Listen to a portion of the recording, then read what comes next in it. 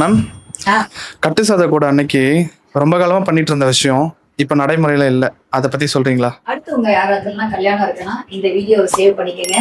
இல்ல உங்க ஃப்ரெண்ட் அதுல இல்ல யாரோ உங்க ரிலேட்டிவ்ஸ் அதுல கல்யாணம் இருக்குன்னா இந்த வீடியோ மறக்காம அவளுக்கு ஃபார்வர்ட் பண்ணுங்க. அந்த காலத்துல நான் கட்டுசாது கூட பரிச்சாரக்காரால கூப்பிட்டு அவளுக்கு வெத்தலை பாக்கு பழம் புடவை வேஷ்டி எல்லாம் வச்சு கொடுத்து அவள்கிட்ட வந்து ஆசீர்வாதம் வாங்கிக்கிற வழக்கம் உண்டு. இப்பெல்லாம் அதை யாருமே பண்றது கிடையாது. என்ன காரணம் அப்படின்னா நம்ம தான் கேட்டரிங் கான்ட்ராக்டா கொடுத்துடுறோமே, நம்ம ஏன் இதெல்லாம் அவளுக்கு பண்ணணும் அப்படிங்கிற மாதிரி நிறைய பேர் நினைக்கிறது உண்டு. சில பேர் அவசரத்திலயும் அதை மறந்துடுறது உண்டு. அதாவது கல்யாணம் பண்ணும் பொழுது எல்லாரும் வந்து சாப்பிட்டு போறவாங்க என்ன செய்வான்னா, கேட்டரிங் காரா கிட்ட வந்து சாப்பாடு ரொம்ப நல்லா இருந்தது, ரொம்ப மனசுக்கு நிறைவா இருந்தது அப்படின்னு சொல்லிட்டு அன்னதாதா சுகி பவா அப்படின்னு சொல்லிட்டு போவா. அந்த ஆசீர்வாதம் எல்லாமே வந்து கேட்டரிங் காரால வந்து சேரும். இந்த ஆசீர்வாதத்தை நம்ம பொண்ணு பிள்ளைக்கு எப்படி டிரான்ஸ்ஃபர் பண்றது, இதுக்குதான் அந்த காலத்துல இந்த ஒரு ப்ரெஷர் வச்சிருந்தாங்க.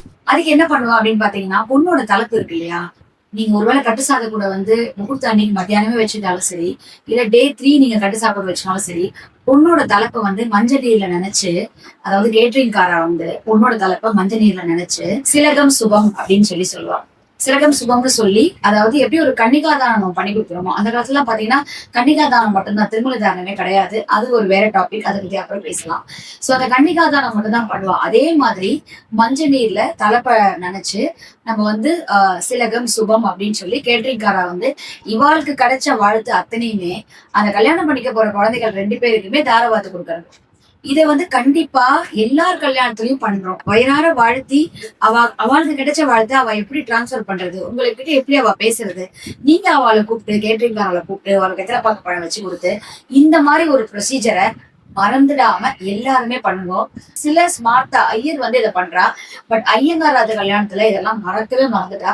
இதை ஒரு ப்ரொசீஜரா எடுத்துட்டு நீங்க இதை பண்ண ஆரம்பிச்சீங்க அப்படின்னா மொத்த புண்ணியமும் நம்ம எதுக்காக ஒரு கல்யாணத்தை பண்றோமோ அந்த பர்பஸ் வந்து சால்வ் ஆகும். ஒண்ணு வந்து எந்த புடவை உடுத்திருந்தாலும் சரி, கூரை புடவை தான் உடுத்திக்கணும்னு இல்லை.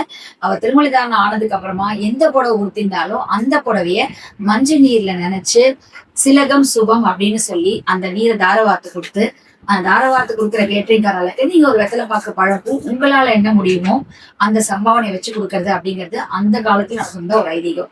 சோ இதை பத்தின உங்களோட கமெண்ட்ஸை கமெண்ட் செக்ஷன்ல கமெண்ட் பண்ணுங்க. இந்த மாதிரி ஒரு விஷயம் உங்க கல்யாணத்துல நடந்திருக்கு அப்படின்னா மறக்காம அதை கமெண்ட் பண்ணுங்க. சோ அப்பதான் நம்ம சொல்ற விஷயத்தோட வேல்யூ எல்லாருக்குமே புரியும். இந்த கால யங்கர் ஜென்ரேஷனுக்கும் நிறைய விஷயங்கள் நம்ம சொல்லிக் கொடுக்கலாம். சோ மறந்துடாதீங்க, உங்களோட கமெண்ட்ஸ்க்காக நான் வெயிட் பண்றேன். கமெண்ட் செக்ஷன்ல கமெண்ட் பண்ணுங்க. இந்த மாதிரி வீடியோஸ், இந்த மாதிரி நிறைய விஷயங்கள் நீங்க தெரிஞ்சுக்கணும் அப்படின்னா சாயாஸ்டி கேட்டரிங் பேஜை ஃபாலோ பண்ணுங்க. Thank you very much.